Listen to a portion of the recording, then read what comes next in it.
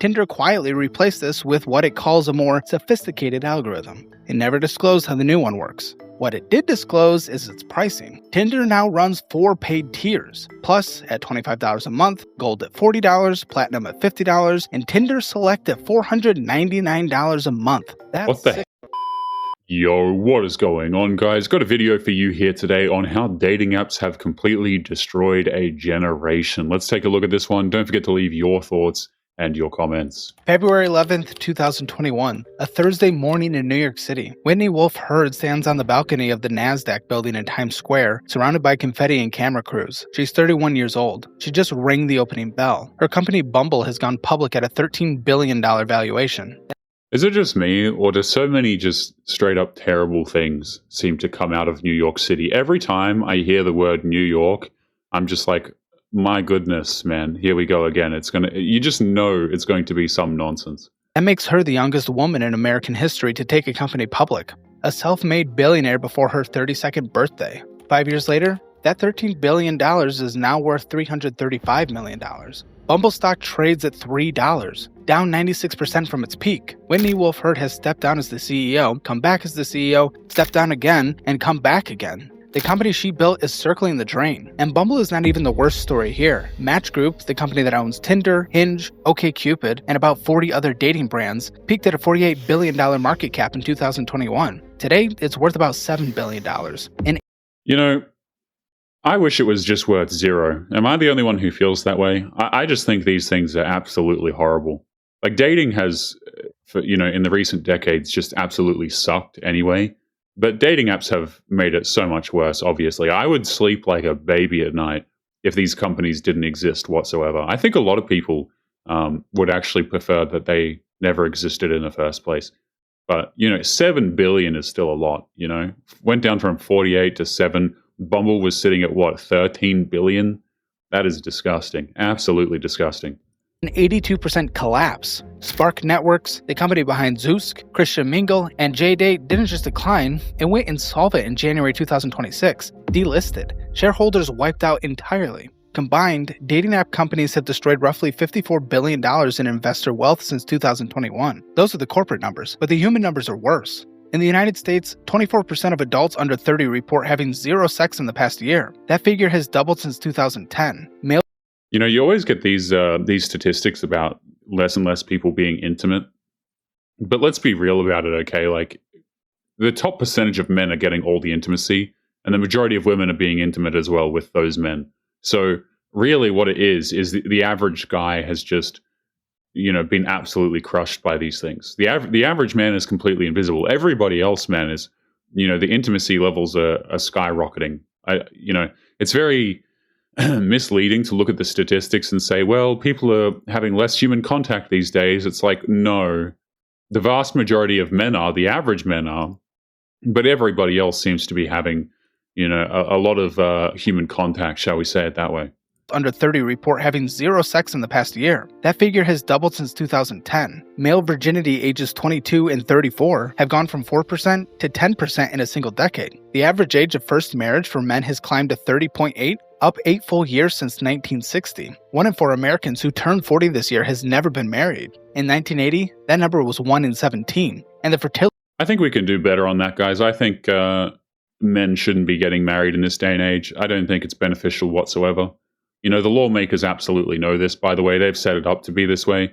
But like, the fact that men are still getting married is beyond me. Now, am I going to be an a-hole and just roast, if someone wants to go out there and do that, hey, they're welcome to do that.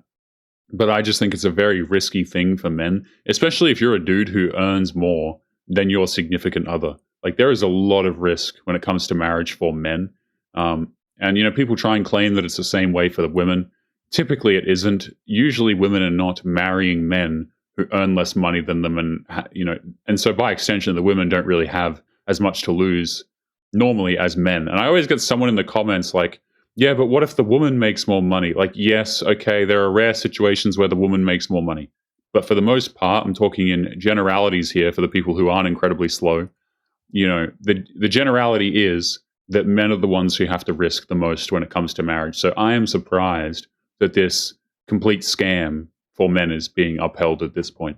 Fertility rate, the United States now sits at 1.6 births per woman, well below the 2.1 needed to replace the population. South Korea is at 0.72, Japan is at 1.2, Italy at 1.24. The Congressional Budget Office projects the American rate will stay at 1.6 for the next 3 decades. The Institute of Health Metrics and Evaluation projects that by the year 2100, 198 out of 204 countries on Earth will be below the replacement fertility. Only 6% remain above it: Samoa, Somalia, Tonga, Niger, Chad, Tajikistan. The companies that promise. Yeah, and I mean, I can't really comment on those or else I'm going to get banned. But yeah, obviously the birth rate is going down as well. You know, like, come on now. Man, I tell you what, a lot of these modern day women, man, if you have a kid with them, you're actually just signing up to get your life ruined. And I don't have anything against kids. Let me just preface this by saying I don't have anything against kids. I don't have anything against marriage per se.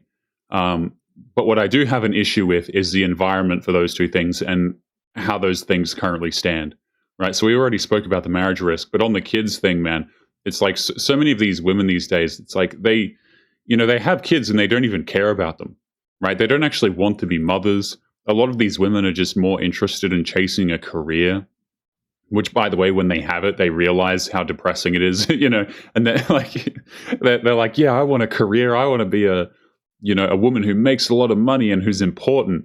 And then you check in with that same woman when she's like 38 years of age and she's like, man, get me out.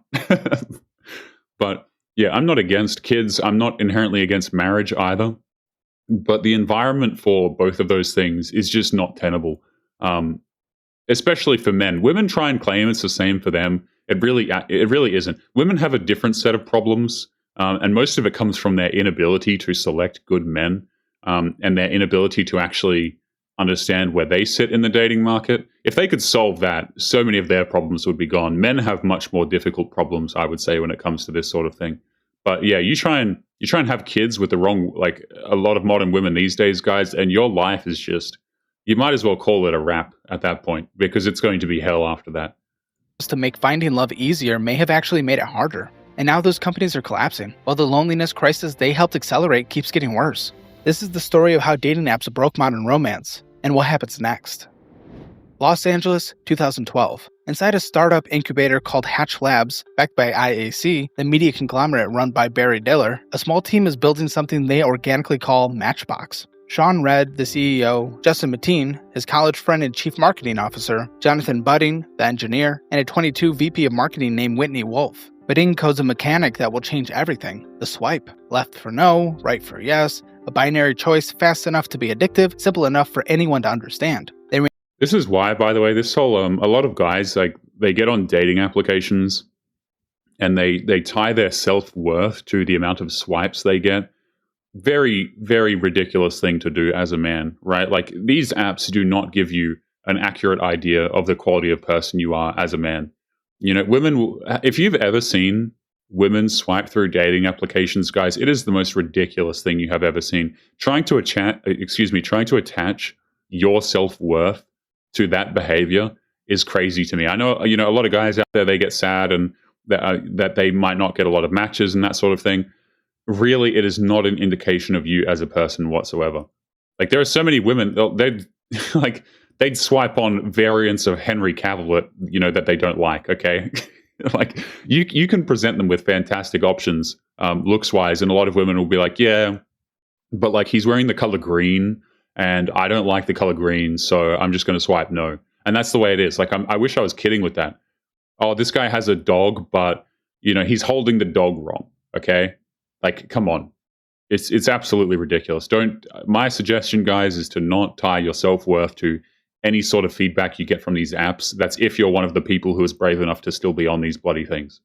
For yes, a binary choice fast enough to be addictive, simple enough for anyone to understand. They renamed the app Tinder. Wolf figures out how to make it spread. She drives to sorority houses at the University of Southern California and Southern Methodist University. She throws pizza parties. Ah, yes, California. We're just going from like one hole to another, aren't we? We started in New York, now we're in California.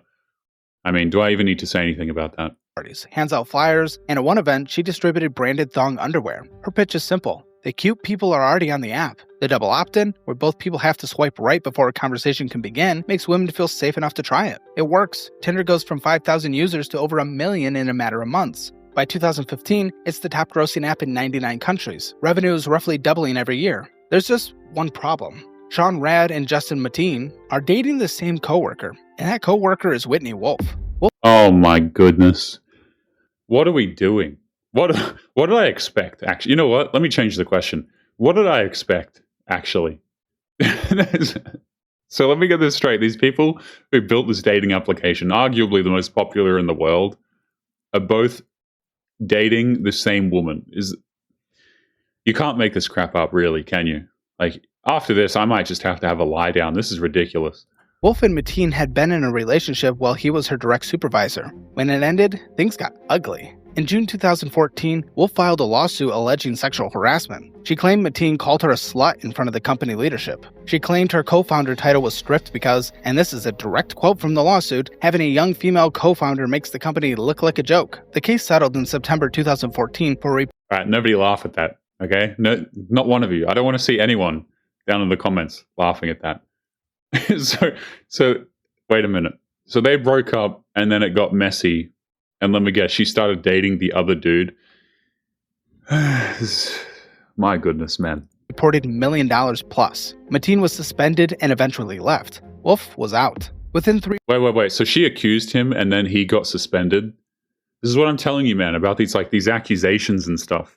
You know, especially like dating women in your same workplace. You're just asking to lose your job. Like, that's not even a joke. Like, you are actively asking to lose your position if you're trying to date women that you work with. Terrible idea. Very bad idea. 3 months, she launched Bumble. The twist, only women can send the first message. The seed money, $10 million, came from Andrei Andreev, the Russian-British founder of Badoo, a European dating platform with 79% ownership of the new company. Match Group saw Bumble as a threat. In 2017, they offered $450 million to acquire it. Andreev turned them down, reportedly turned down offers approaching $1 billion. Meanwhile, Sean Rad had his own grievances. In August 2018, he filed a $2 billion lawsuit against IAC and Match Group, alleging they deliberately undervalued Tinder to cheat early employees out of stock options. The suit claimed Match had hidden Tinder's financial projections from independent valuers and suppressed its growth metrics to keep the valuation artificially low. It settled in December 2021 for $441 million, a fraction of what Rad had sought. Then in January 2019, Forbes published an investigation into Badoo's corporate culture under Andreev. Former employees described an environment of racism, sexism, and executives bragging about hiring prostitutes. Andreev. What a surprise, right? It's like, you know, if you're going to assume all of this is true, I'm not surprised, okay? Like, if these are people who make a dating application, man. Like, I don't expect these guys to be, you know, upstanding citizens. What have we got in here? Bad office culture, internal engineering updates named after P-stars, widely circulated video of one employee receiving... Okay, like, I mean... These people are just upstanding citizens, wouldn't you say? I'm not shocked, okay? Like, on these videos, man, you could tell me pretty much anything, and I'd be like, yeah, that sounds about right, doesn't it? Yeah, that sounds like exactly where these people would be at. Again, you could tell me that these people were doing the most heinous crap, and I'd be like, yeah, okay, so anyway, what else have I got to do today? That sort of thing. Denied the allegations, but sold his entire stake in Bumble to Blackstone at a $3 billion valuation. He walked away with over $2 billion.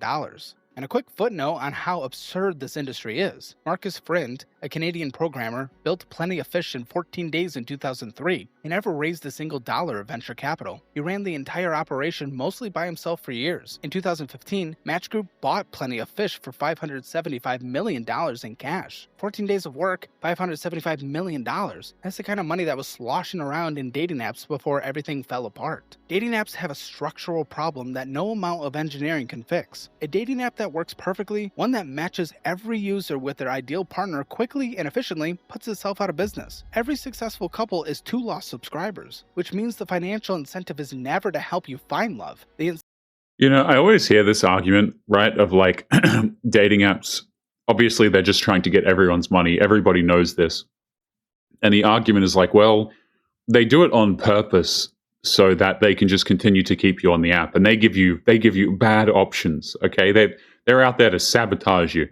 And I like, it's funny because I hear this crap from women, and it's like, madam, you have like 4,000 options in there on your dating applications, and excuse me, then there's all of the men who you think you're better than.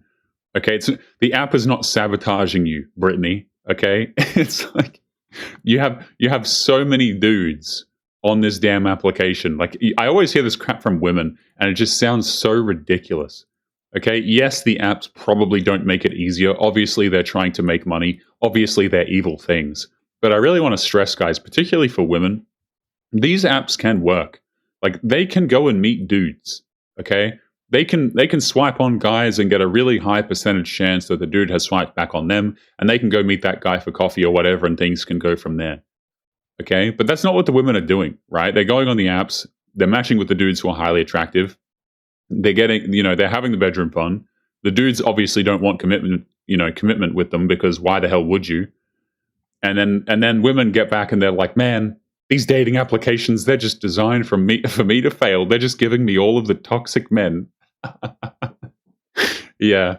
And again, I'm not saying the apps aren't evil, okay? I'm not saying that they don't try and sabotage people. Obviously, they probably do to make money. But let me just say this, like, how much do you really need to sabotage modern women? I think they do it to themselves perfectly fine, to be honest with you. But let's keep going. Incentive is to keep you looking. Tinder originally ranked users with an ELO rating system, the same system used in competitive chess. The more people swiped right on you, the higher your score. The higher your score, the more visible your profile. In 2019, Tinder quietly replaced this with what it calls a more sophisticated algorithm. It never disclosed how the new one works. What it did disclose is its pricing. Tinder now runs 4 paid tiers: Plus at $25 a month, Gold at $40, Platinum at $50, and Tinder Select at $499 a month. That's $6,000 a year. What the hell? What the hell? Why would you spend $500? What does this even get you, by the way? Like, what does this do? Okay, so we've got Plus, Gold, Platinum. I mean, all of these are a scam. Especially for men, by the way. You know that they're farming men. That's what this is all targeted at. Like, this is insane. $500 a month, excuse me. I think I might have said a year last time. $500. What is in this? Like, for a dating app. Select gives you 2 messages per week to people you haven't matched with, 1 week-long profile boost, an unblurred photo of whoever liked you, and a little badge next to your name. The pricing... Okay, why would you want to message people who haven't swiped on you, by the way?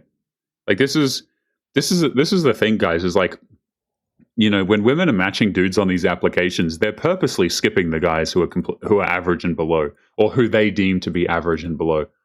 There's honestly no point even trying with these women. Like, screw that. Why would you try and message people who are not interested in you, by the way? Like, it's not like, this is what I mean. The average woman does not see the average guy as on her level whatsoever. I don't see the point in even trying to DM these people. Complete waste of time. Wasn't even consistent. A California class action lawsuit revealed Tinder was charging different prices based on age, gender, and sexual orientation. Men over 50 were paying up to 5 times more than queer women under 30. The case settled for $60.5 million across 268,000 users. But yeah, what a surprise, by the way, charging men more money. I mean, are any of us shocked at this point?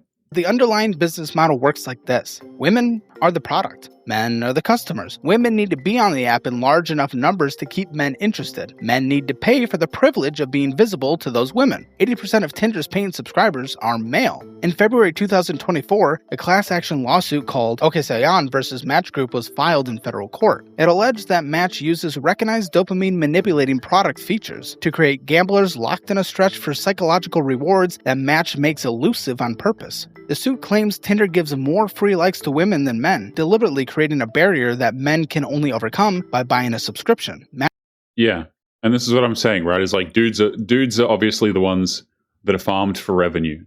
I mean, this is what happens, okay? And most dudes are going to be invisible anyway. This is like a lose-lose system, right? Because the more men you have paying for these things anyway, the more the men who are paying, get drowned out anyway. So every dude who pays for this stuff is actively, by the way, making it worse for other men. which is kind of ridiculous when you think about it. But I'm not surprised. Like, of course, these companies do dopamine manipulation. That is quite literally what they're all about. And yes, they will obviously sting everybody else a different price depending on how much they think they can get out of you and all of that sort of stuff. Of course, all of this is targeted towards men. You will never hear about this from a feminist, by the way. You know, we hear all this time, you know, all the stuff about women having to pay more money for XYZ. You know, whenever men get charged more, nobody hears about it, by the way. Like, it is absolutely not a thing. You'll never hear a feminist talk about stuff like this whatsoever. Women than men, deliberately creating a barrier that men can only overcome by buying a subscription. Match called the lawsuit ridiculous. A federal judge sent it to arbitration under Match Group's terms of service. Jonathan Badin, the engineer who invented the swipe, admitted in an interview that the mechanic was partially inspired by B.F. Skinner's pigeon experiments, where pigeons were conditioned to peck at a lever endlessly through random food delivery. The same psychological pattern that makes slot machines the most addictive form of gambling, variable ratio reinforcement. You never know when the next reward is coming, so you keep pulling the lever. The average dating app user spends 55 minutes per day swiping. Tinder users average... What? 55 minutes? You're joking. Nearly an hour. Okay, that is something. That is... What is... Is that what they said? 55 minutes. The average dating app user spends 55 minutes a day swiping. That's insane. That is... My goodness. 55 minutes per day swiping. Tinder users average 90 minutes. One survey found 90% of singles describes themselves as addicted to dating apps. 70% believe their use is harming their mental health. A 2016 meta-analysis covering 23 studies and over 26,000 participants found that dating app users had significantly worse psychological health than non-users, including higher rates of depression, anxiety, and loneliness. A separate study found swipe-based app users had 2.5 times the odds of psychological distress compared to people who didn't use them. A woman on Tinder swipes right on about 5% of the profiles she sees. A man swipes right on about 61%. Yeah, I mean, I've got to pause to make a comment on that, right? Like, this is what I meant earlier in the video, where if you watch women use these dating applications, this is why it's completely worthless as a man trying to tie your self-worth to these things. Because you can be a fantastic man, right? You can have a lot of things together in your life. You can be a good-looking guy. You know, you can have been genetically lucky. You're a tall man. You work hard. You make a lot of money. You have good morals. Like, you can have these things. But at the end of the day, the women are swiping on 5% of the dudes. Okay, and it's crazy because you can be these things, but oh, well, there's one thing wrong with you, so you know what? You're not going to get the swipes. Or maybe you just don't have good photos of yourself because that's not something you're interested in doing. There are a lot of guys out there who are like that, who are like highly successful. They might be great looking guys. They hit the gym, they work on themselves, all that sort of stuff. But they just are not the type of dude to go out. They're not women, right? They don't just take 5,000 photos of themselves. That's not the average man's behavior to go and do. Like, if you do that, cool, right? If you've got a lot of photos and stuff like that, you want to present yourself online, whatever. But the average man is not doing that. Absolutely not, right? And so you can have all of these elements, but unless you're like come on, man, 5%, top 5%, I actually think is probably worse than that, because you've got to consider as well, right? If women are swiping on the top 5% of guys, you've also got to consider the fact that they won't actually message or reply to some of these dudes as well. So really, they're actually only interested in, like, 5% is to get in, right? To get into the inbox. And then you have to deal with the inbox problem. So really, it's actually probably significantly less than 5% of men on these applications that these women are chasing. And it's like, why bother? You know, like, I'm sure, like, these things, if you're a dude and, you know, you try and present yourself correctly and you go through all the hoops and stuff like that, you could probably hook up with women on these applications, even if you're an average guy, if you're willing to put in a lot of nonsense to do it. But like, the average guy is just going to say, screw that. Like, what's the point? They're just going to completely dip out. That difference, 5 versus 61, defines the entire economy. When a woman swipes right, she matches about 30% of the time. When a man swipes right, he matches about 2.6% of the time. That is a 12-to-1 gap. To get a single match, the average man needs roughly 38 right swipes. The average woman needs about 3. But don't worry, guys. Dating is way harder for women, apparently. You know, way, way harder for women. I'll say this. Again, women have their own set of challenges, right, when it comes to dating.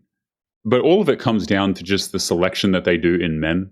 And modern day women are very bad at that. They're not very good at that, okay? You can give them all the options in the world, they'll still screw it up. So it doesn't actually matter. But like all the hard part is actually done for them. You know, all the legwork has been done for them. But many of these women, they won't date within their league, first of all. Second of all, they don't respect men who are in their league. Third of all, they make terrible decisions and then they try and blame it on being manipulated. Like every single one of these women seems to think that they're manipulated by a guy. And that might be the case to some degree, but let's be honest, okay? The dudes weren't going to commit anyway. The types of men that these women are actually matching with on dating applications are not interested in anything serious the vast majority of the time. And so women will go out there, they will give their bodies to these men, and then they'll be like, what happened?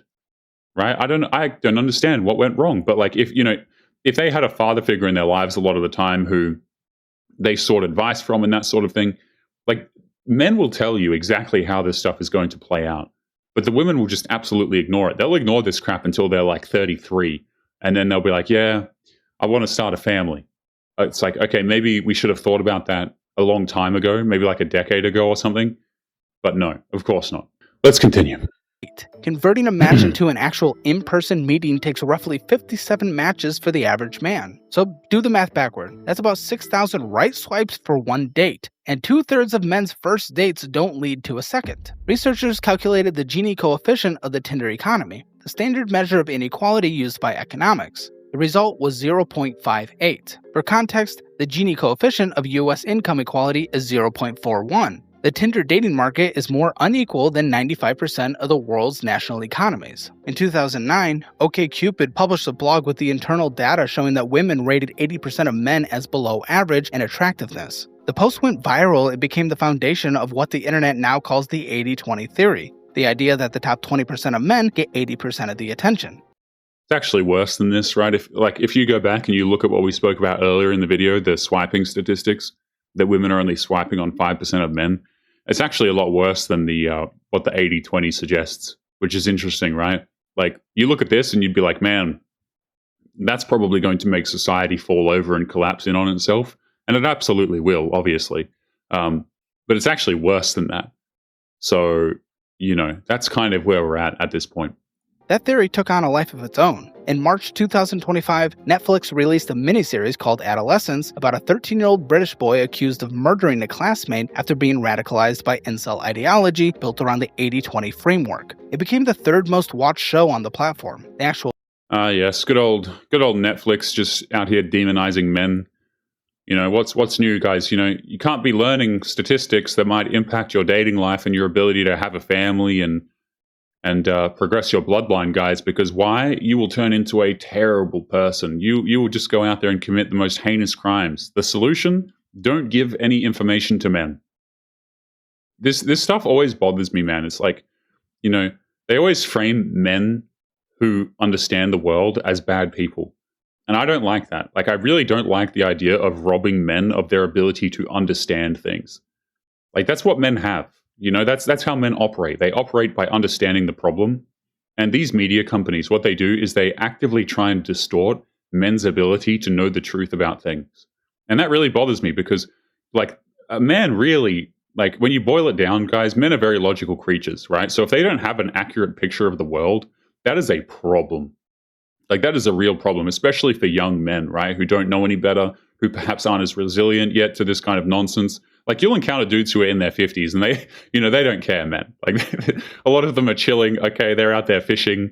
They don't really give a damn. But particularly the younger generations are not really as resilient. So if you don't even give them the information because you're worried that they're going to just like turn into like people who do really horrible crimes and stuff like that, I think that is a very dangerous path to go down, because all that's going to happen is men are just going to resent these systems even more, right? Because what's going to happen is you're going to lie to them because you don't want them to be awful, terrible people. And then the men are obviously going to find out that they've been lied to because the world doesn't actually make sense. And then they're going to distrust these things even more. So this is actually a very bad strategy to try and employ, by the way. Actual data on whether sexual inequality is increasing is more nuanced than the memes suggest. General Social Survey data from 2024 shows that 7.4% of American men had 3 or more sexual partners in the past year, down from 19% in earlier decades. Everyone is having less sex. It's not that a small group of men is hoarding all the partners. The pool of sexual activity is shrinking across the board, which might actually be more alarming than the alternative. I'm quite skeptical. I don't know if I just missed a study or something like that. Let's have a look at this. Having 3 or more partners in this table. What is this? Factors associated with S activity. I mean, again, I'm inclined to believe, maybe I just missed that part because I zoned out, okay? But I'm inclined to believe that the top percentage of men and the vast majority of women are doing fine in terms of bedroom fun. You know, like I could be wrong on that, but that's certainly what I've observed. Okay, there is no lack of women and top percentage men going out there and having their fun, from what I understand. But let's keep going. In August 2025, the Federal Trade Commission ordered Match Group to pay $14 million for what it described as systematic deception. 3 charges. First, Tinder advertised a free 6-month guarantee that buried requirements so extreme that almost nobody could qualify. Second, the company sent promotional emails using profiles it knew belonged to scammers, specifically to lure users into paying for subscriptions. Third, when users filed chargebacks with their credit card companies, Tinder locked their accounts as retaliation. $14 million sounds like a lot. It's 0.4% of Match Group's $3.5 billion in annual revenue. For the company, that's just a rounding error. And then there's shadow banning, where the app makes your profile invisible to other users without telling you. You can swipe right, you can still send messages, you just don't exist anymore. In 2023, Hinge confirmed to Gizmodo that it does this. It describes it as a way to reduce bad behavior. It did not define what constitutes bad behavior. The Better Business Bureau received over 15,000 complaints about Match Group apps in 3 years. 7,000 of those came in a single year. Many described the same experience: accounts banned with no explanation, no appeal process, and no refund of paid subscriptions. Match Group's cross-platform system means a ban on Tinder can follow you on Hinge, OkCupid, and Match.com using facial recognition and phone data. In 2023, Bumble announced that ghosting, simply not replying to someone, could result in a ban. Think about that for That's crazy. You know what I think a lot of this comes down to is I think this just comes down to not all of it, obviously, but women just reporting men because the men that they want don't actually reply to them. I think a lot of it comes down to that as well. You know, because what happens, guys, is like women on these applications, they get offended by one thing. And I'm not saying that men wouldn't do this as well, obviously. But look at this. Bumble bans ghosting, stood up for singles, urged to report offenders for abusive behavior, and that behavior being you not responding. I mean, this whole thing is ridiculous. Can we just say that? This whole thing is absolutely ridiculous. We might as well just leave the video there. I don't even want to hear about these applications anymore. If you would like to get early access to videos, weekly lectures, and case study breakdowns of human behavior, make sure you check out the members area link below in the video description. Otherwise, make sure to click on one of these videos on screen now if you enjoyed. Make sure you take care of yourself, and I will see you in the next one. Peace.